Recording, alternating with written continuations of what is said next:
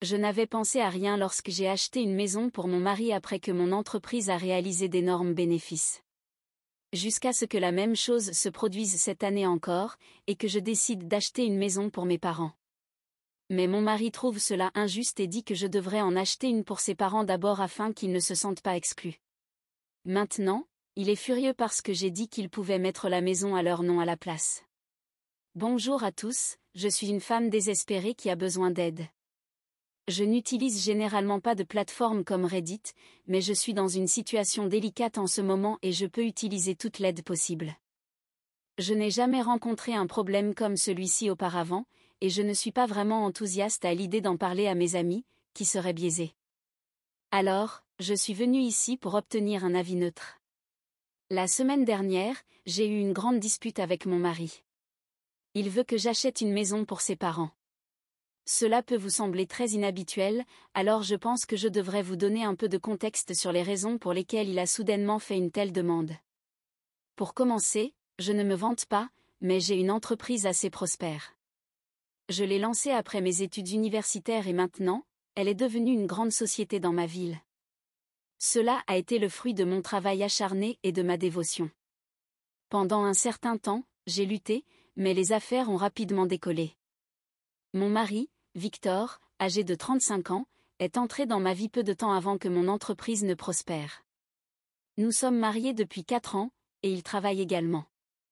Nous avons un mode de vie assez confortable. L'année dernière, mon entreprise a été plus florissante que jamais.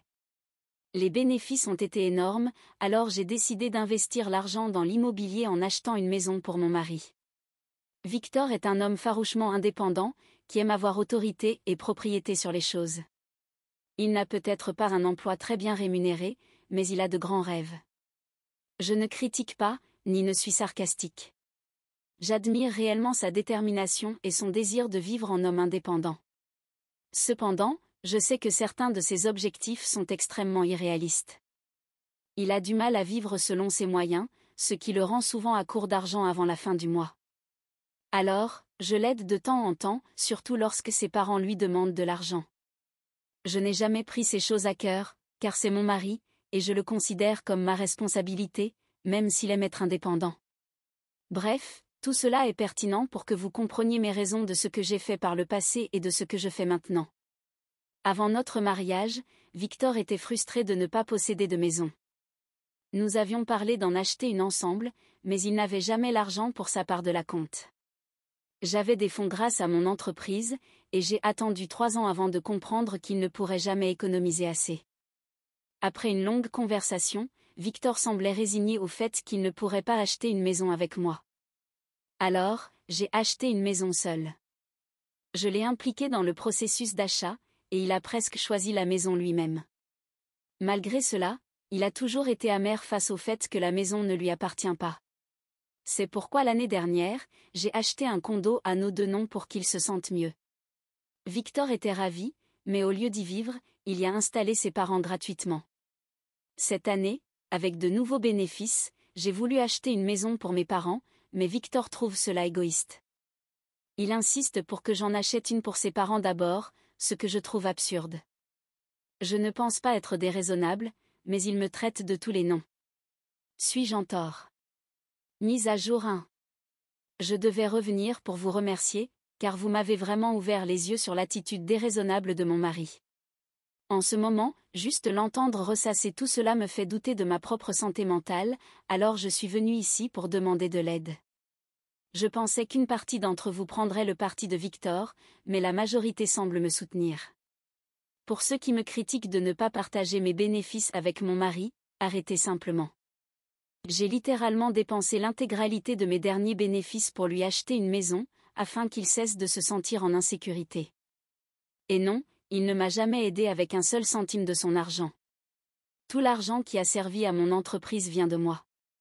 En réalité, ce sont mes parents qui m'ont aidé lorsque j'étais à court d'argent.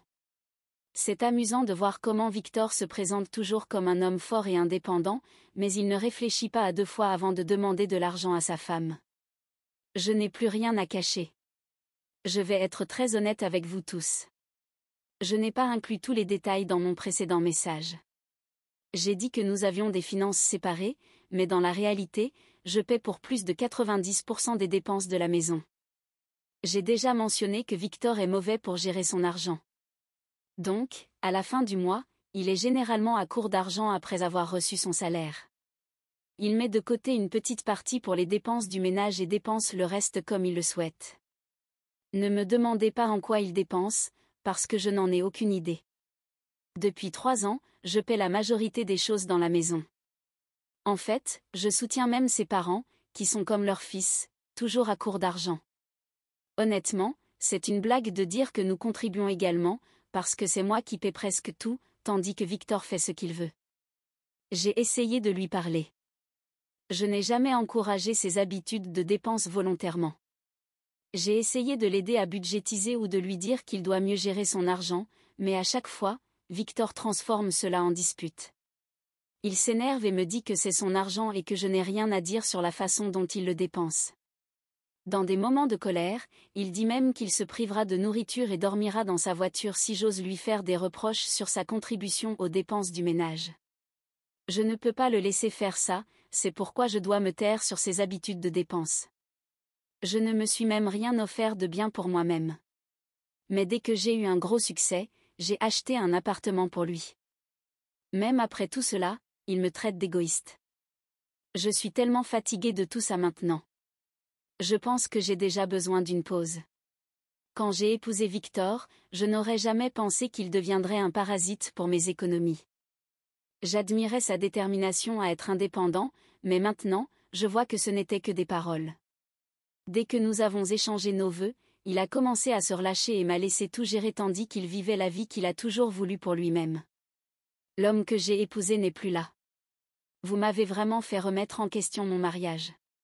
Beaucoup d'entre vous l'ont qualifié de profiteur. Le mot est dur, et dans le passé, je l'aurais défendu contre cela. Mais maintenant, je ne pense pas que je puisse encore le faire. Je n'aime pas l'homme qu'il est devenu. Je pense qu'il est grand temps que je m'assoie et que j'aie une discussion sérieuse avec lui.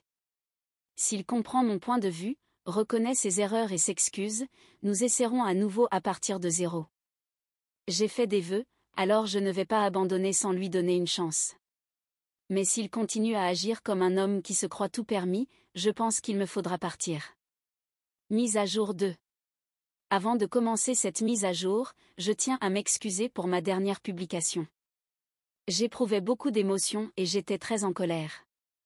Lorsque j'ai relu mon message plus tard, j'ai eu honte de voir à quel point j'avais l'air rude et pleine de colère. Peu importe ce que je ressentais, je n'aurais pas dû m'exprimer de cette façon dans mon dernier post. Certains d'entre vous ont immédiatement remarqué que j'avais beaucoup d'amertume dans mon cœur. Je ne vais pas mentir et dire que vous avez tort. Je suis humaine, et je pense qu'il est normal d'être un peu amère et frustrée face à ce qui se passe dans ma vie. Malgré tout, je suis désolée si mon ton a pu vous mettre mal à l'aise. Ce n'était vraiment pas mon intention.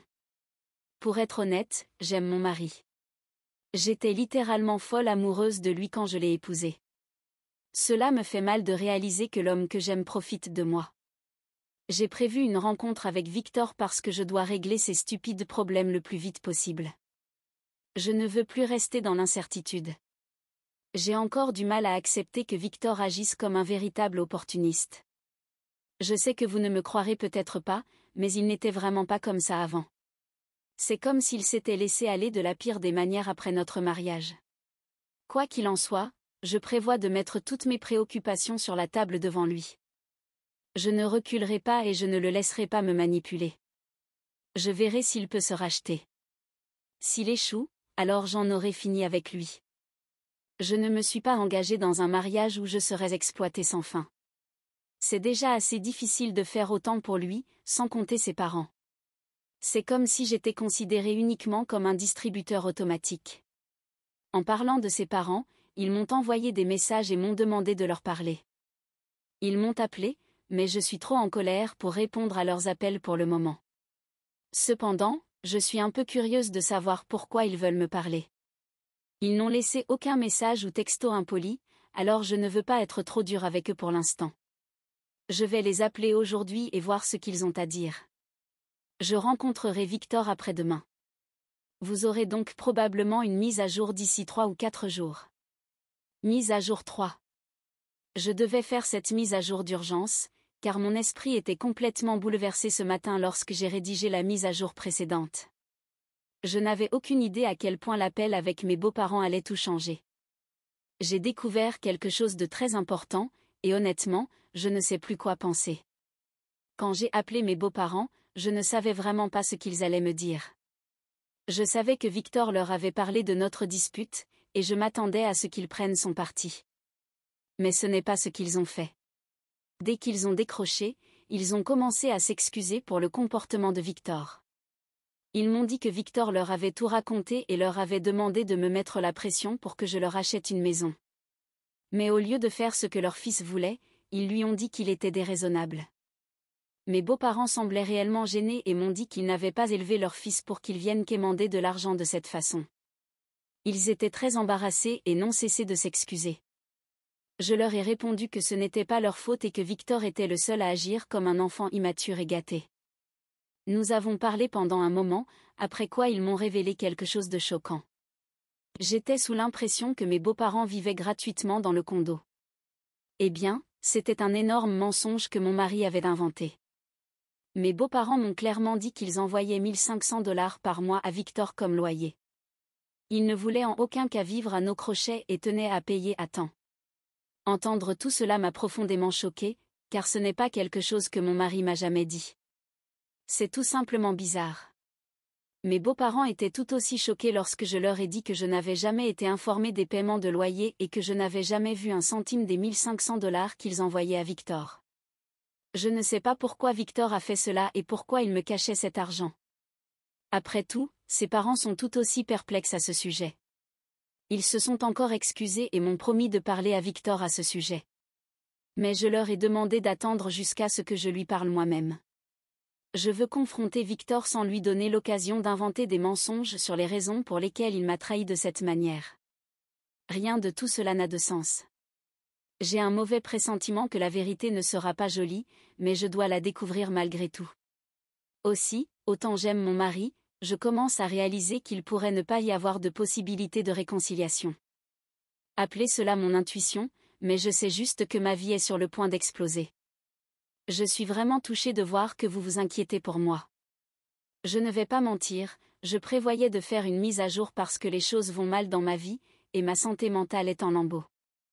Vous le savez maintenant. J'ai finalement eu cette conversation avec mon mari. Inutile de faire des études en ingénierie pour deviner que cela ne s'est pas bien passé. Ces derniers jours ont été si durs pour moi que j'ai dû me replier sur moi-même pour prendre soin de ma santé mentale. Je n'aurais probablement pas fait de mise à jour si je n'avais pas pris le temps de lire tous les commentaires et messages privés sur cette publication.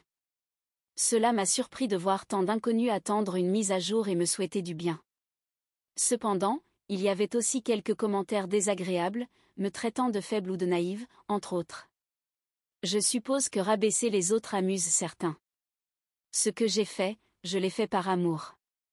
Je n'ai jamais pensé que mon mari pourrait me trahir. Peut-être que c'est ma faute, mais vous ne pouvez pas me reprocher d'avoir aimé mon mari malgré tout. Le secret est déjà dévoilé. Je suppose que vous vous en doutiez, mais j'ai découvert pourquoi Victor insistait tellement pour que j'achète une maison à ses parents.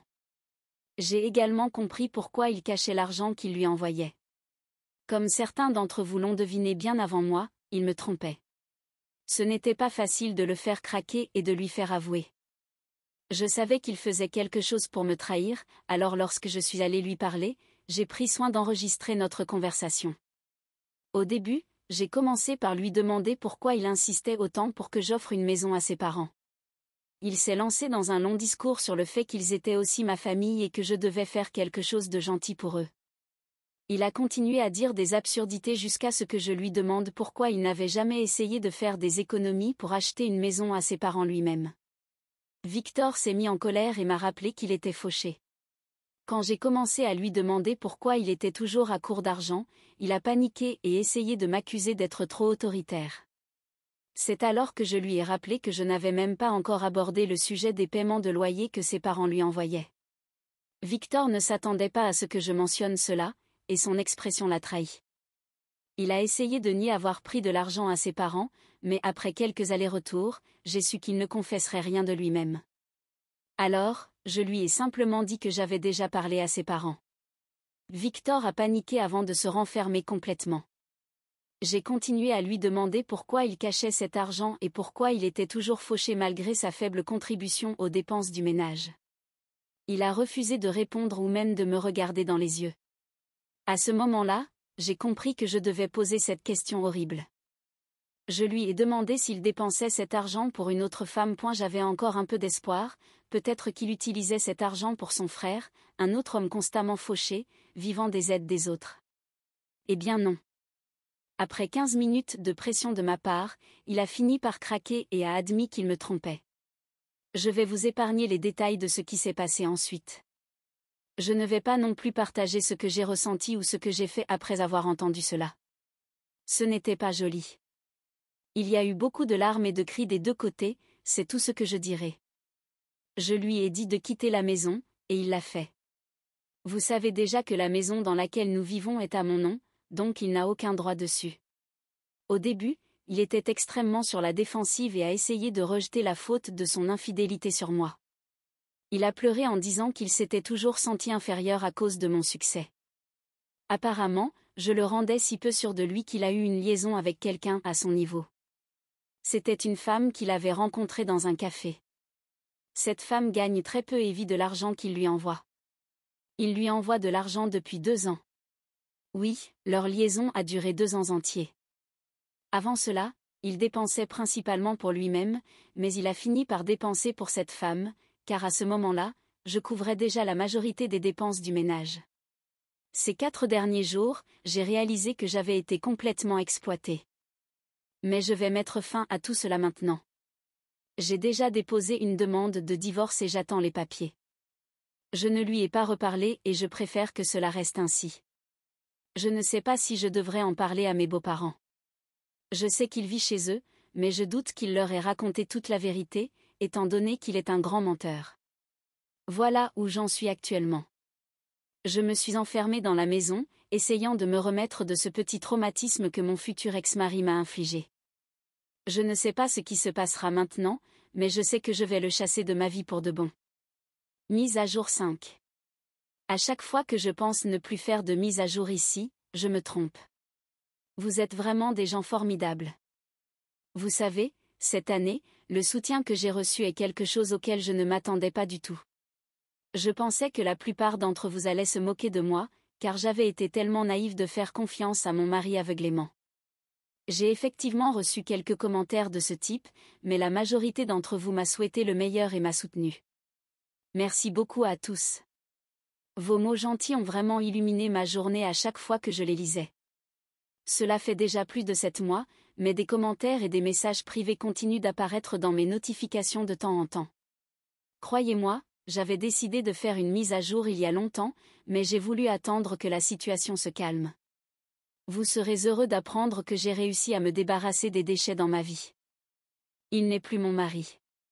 Je préférerais ne plus avoir aucun souvenir de ma vie avec lui, mais bon, on ne peut pas tout effacer. Le divorce s'est déroulé en ma faveur, au cas où vous vous poseriez la question. Nous avions un contrat prénuptial, donc la plupart de mes biens ont été protégés. Je ne sais pas comment cela a été possible, mais c'est comme ça. Cependant, il a essayé de causer des problèmes, bien sûr. Je vous ai sûrement dit qu'il était resté chez ses parents après avoir quitté ma maison. Eh bien, j'avais des doutes qu'il leur ait dit la vérité sur les raisons de son départ. J'envisageais d'appeler mes beaux-parents, mais ils m'ont appelé en premier, car ils avaient les mêmes doutes que moi. Il leur avait seulement dit que je l'avais mis à la porte à cause de notre dispute sur la maison. Je leur ai raconté toute l'histoire, et cela ne leur a pas plu du tout. Les parents de Victor étaient furieux et m'ont dit qu'ils ne soutenaient absolument pas son comportement. Nous avons discuté un peu, et je leur ai dit que je divorcerais de Victor quoi qu'il arrive. Ils ont compris et m'ont assuré de leur soutien. 1 heure après avoir raccroché, Victor s'est présenté à ma porte en pleurant. Il me suppliait de ne pas le quitter, faisant toutes sortes de promesses sur le fait qu'il allait changer et ne plus refaire ses erreurs. Oui, ses parents l'avaient mis à la porte. Il n'avait plus d'endroit où aller, et apparemment, sa maîtresse l'avait largué lorsqu'elle avait réalisé qu'il deviendrait son problème. La vie fait bien les choses, je suppose. Victor a fait de son mieux pour que je lui pardonne, mais j'ai poursuivi le divorce malgré tout. Grâce au contrat prénuptial, il n'a rien obtenu, sauf sa part dans le condo. Il a pris de l'argent pour cela, car il ne pouvait pas se permettre de me racheter ma part. Ne vous inquiétez pas, j'ai déduit l'argent qu'il me devait des paiements de loyer qu'il avait reçus de ses parents. Tout cela s'est fait par l'intermédiaire des avocats. Il savait qu'il n'avait pas l'argent pour se battre. J'ai gardé le condo, mais j'ai dû lui payer sa part. Je pense que Victor voulait me forcer à acheter une maison pour ses parents parce qu'il savait que si sa liaison était découverte, il ne lui resterait presque rien. Vous pourriez dire qu'il a quand même obtenu une part du condo, mais bon. Il a perdu le style de vie qu'il aimait, et sa famille ne lui parle plus. Sans oublier qu'il a perdu sa femme et sa maîtresse en l'espace de quelques semaines. À ce que je sache, il vit maintenant dans un appartement miteux avec des colocataires, parce qu'il est trop fauché pour louer un endroit convenable. L'argent du condo a servi à rembourser les dettes de carte de crédit qu'il avait avant de m'épouser. Oui, il s'avère qu'il a toujours eu des problèmes avec l'argent. Il a probablement inventé tout ce qu'il m'a dit pour que je ne le soupçonne jamais d'être un opportuniste. Quoi qu'il en soit, j'ai déjà appris ma leçon et je ferai beaucoup plus attention au prochain homme que je fréquenterai. Oh, et au fait, j'ai effectivement acheté le condo pour mes parents comme je l'avais prévu. Je suis sérieusement très heureuse en ce moment.